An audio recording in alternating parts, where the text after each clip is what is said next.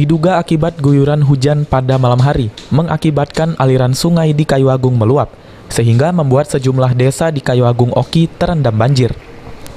Bukan itu saja, air banjir telah masuk ke rumah warga, sehingga membuat warga harus tidur di atas genangan air. Beruntung tidak semua rumah warga yang digenangi air dalam satu desa ini, sehingga warga masih dapat mengungsi ke rumah tetangganya yang tidak digenangi air atau banjir. Dengan kondisi ini, membuat aktivitas warga cukup terganggu. Aktivitas sehari-hari untuk kebutuhan rumah terpaksa terhenti. Warga berharap adanya bantuan dari pihak pemerintah terkait untuk meringankan beban bagi warga yang terkena banjir.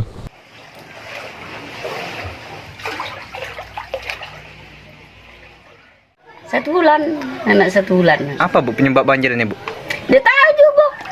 Apakah di sini sering hujan Bu? Iya. Dak balai banyu le bawah nian. Oh. Emang setiap tahun pasti banjir di sini? Dak. Terus Tahun ada inilah. Oh, tak baru tahun ini lah Bu Iya, banjir. dalam cak kita tahun ada yang sudah dulu nah. Di Nyong juga yang SE dengan itu.